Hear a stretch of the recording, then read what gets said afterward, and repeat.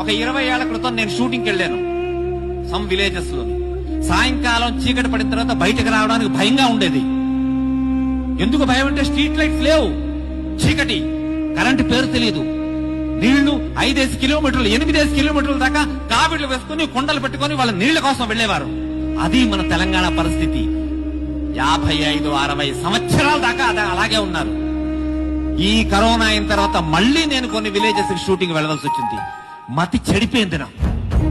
ప్రతి ఇంట్లో కూడా కరెంట్, 24 గంటల్లోని 24 గంటల సేపు కరెంట్. హాహా టీవీలు చూసుకుంటున్నారు. నల్లా, ప్రతి ఇంట్లోని నల్లా. అసలు 5 కిలోమీటర్లు 8 కిలోమీటర్లు ఏ వ్యక్తి అయితే నడుచుకొని కావిడిలో నీళ్లు తెచ్చుకొని అది నేనే చూశాను.